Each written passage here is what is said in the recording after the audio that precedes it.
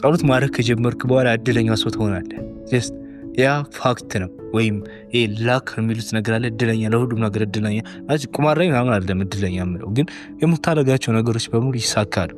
ላይክ ጸሎት ማድረግ ሲጀምር ክላስ ኤክስፒሪየንስ ነው። ላይክ እኔ እንዴት አደረገኝ እኔ ግን ይሄ ስለ ሎ ኦፍ አትራክሽን ምናምን አይደለም ጸሎት። አሁን ብዙ ሰው የሆነ ጓደኛ እየነገረኝ ጸሎት የሚያደርገው ምናምን ገንዘብ እንዲሰጠው ነው። ኦፍኮርስ ይሰጣል፣ ግን ዘሳዘብ ጸሎት እኮ ፖይንቱ አይደለም። ጸሎት እግዚአብሔር ጋር የሚያገናኘን መሰላል ነው። ጸሎት ሊትርሊ ማለት እግዚአብሔር ጋር ማውራት ነው። ጸሎት ማድረግ ሲጀመር እኔ ያደግኩት የክርስቲያን ትምህርት ቤት ነው። ጠዋትም ማታም አባታችሁ ሆይ እናያለን። ግን ለምን አባታችሁ ሆይ እንደምል አላውቅም። ከአንድ እስከ 8 ያደግኩት አላውቅም። ለማን ራሱ እንደምጸልይ ጸሎት ይሄ እንደ ብሔራዊ መዝሙር ነበር የሚመስለኝ። ምክንያቱም እንደዛ ብለን ነበር አባታችሁ ሆይ የምንለው ምናምን እና ከዛ ምንም ሴንሱ አላውቅም። 9ኛ ክፍል ከገባ በኋላ አግኖስቲክ ሆንኩ። ላይክ እግዚአብሔር የለም ክርስቲያን ፎርስ ነው ምናምን የራሴን ፍልስፍና በግንባት ጀመርኩኝ። ከዛ የራሴን ፍልስፍና ሳይሆን የሳይንስ የሚለኝም በሳይንስ ሙሉ ለሙሉ ማመን ጀመርኩኝ። ኢቭን አያስፈልግም ይሄ ሁሉ ማመን ማለት ጀመርኩ። ስለዚህ ብዙ ቪዲዮ እንሰራለን ከዚህ በኋላ ይሄን ቻናል እንደዛም ስለሆነ እና አንድ ጊዜ አጎቴ ልጅ ያክስቴ ልጅ ጂም እየሰራን ነበር። ስለ ጸሎት አወራኝ። ጸሎት ማድረግ ጀመረ እና የጀመረበትን ምክንያት ሴክሹዋል ሀሳብ ምናምን አይምሮ ላይ ያይ ነበር። አክቹዋሊ ፖርኖ ምናምን አይ ቲንክ ነው እንደነገረኝ። ጸሎት ማድረግ ከጀመረ በኋላ በቃ እነዛ ፈተናዎች ማለፍ ጀመረ እና እየነገረኝ ከኤክስፒሪየንስ እየነገረኝ ላይክ በጣም ፓወርፉል እንደሆነ ነገረኝ። ላይክ ሙሉ ሀሳቡ ራሱ ያንን ጸሎትን ዝም ብለህ ስታደርግ ጧት ተነስታ አይምሮ ላይ ይመላለሳል እና የነዛ ሀሳቦች ሲመጡ በዛ ጸሎት ታሸንፈዋለህ አለኝ እና እኔም በጣም ኢንተረስት አደረገኝ። ላይክ ያናል ፓወርፉል ነው ምናምን ብዬ ውዳሴ ማርያም ነበር መጸለይ የጀመረው እና እኔም ውዳሴ ማርያም መጸለይ ጀመርኩኝ። ከዛ መጸለይ ጀምራ አባታችሁ ምናምን በደንብ ሳጣራ እያንዳንዱ ጥያቄ ለምንድን ነው አባታችን የምንለው አምላክን? ለምንድን ነው አወል መንፈስ ቅዱስ ምንድን ነው? ጌታ ምንድን ነው? ማርያምስ ማን ናት? እንዴት አምላክ ይወለዳል? ጸሎት ሳደርግ እነዛ ጥያቄዎች መምጣት ጀመሩ እኔ ጋር። ከዛ በኋላ መጽሐፍ ቅዱስ አስገዛው ማንበብ ጀመርኩኝ።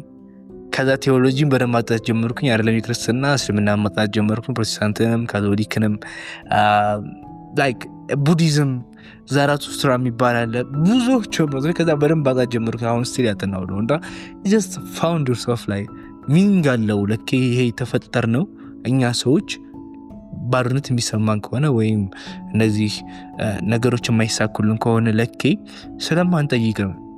ጥያቄያችን ከየት መጣን፣ ወዴት እንሄዳለን፣ ለምንስ መጣን የሚለውን ጥያቄ ለኬ ስለማንጠይቅ ነው፣ ስለማንፈልግ ነው ባርነት የሚሰማን እና ጸሎት ማድረግ ሲጀምር እና በዛው ልክም እነዚህ መማር ሲጀምር መንፈሳዊ ህይወት ማወቅ ሲጀምር ምናምን just like life will be better like የእውነት የተሻለ ህይወት ለክ ትሆናለች፣ እድለኛ ትሆናለህ እና ይሄ ለገንዘብ ወይም መቶ ኦፍኮርስ የምትወደህን ፈጣሪ ይሰጣል። ብዙ ጸልያለሁ እኔ ልባም ሴት ስጠኝ ጸልያለሁ።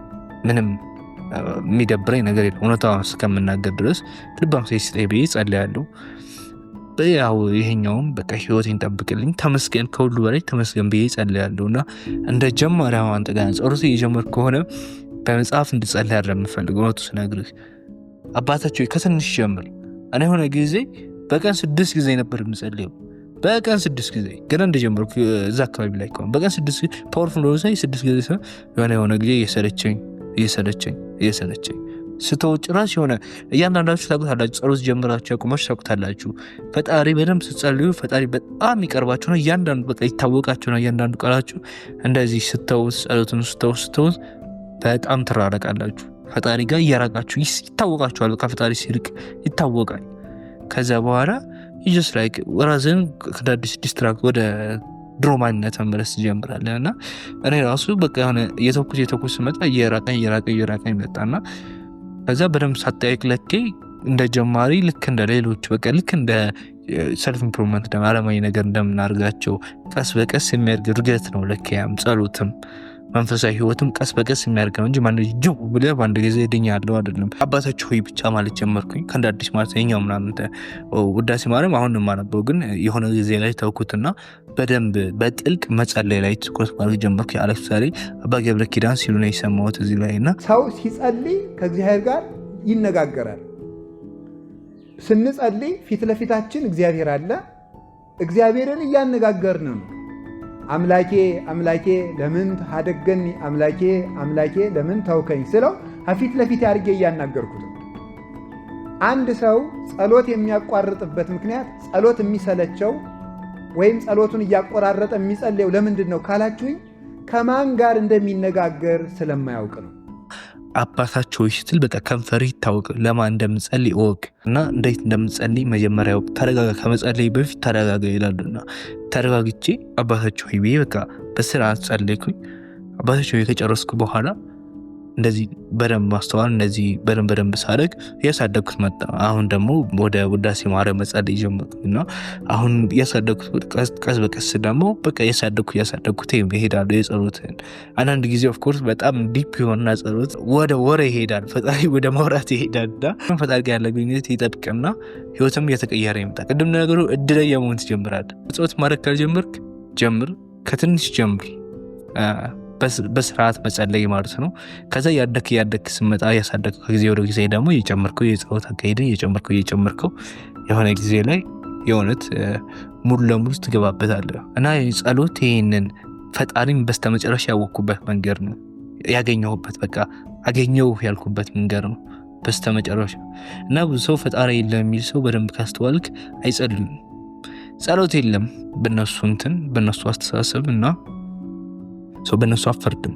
ጸሎት ማለት እንደሆነ አያውቁትም፣ ዲፕ ጸሎት ማለት እንደሆነ አያውቁትም። እና ግን አንተ ግባበት ዲፕ ጸሎት ማለት እንደሆነ ስታውቅ ፈጣሪን ያገኘው ትመጣለህ።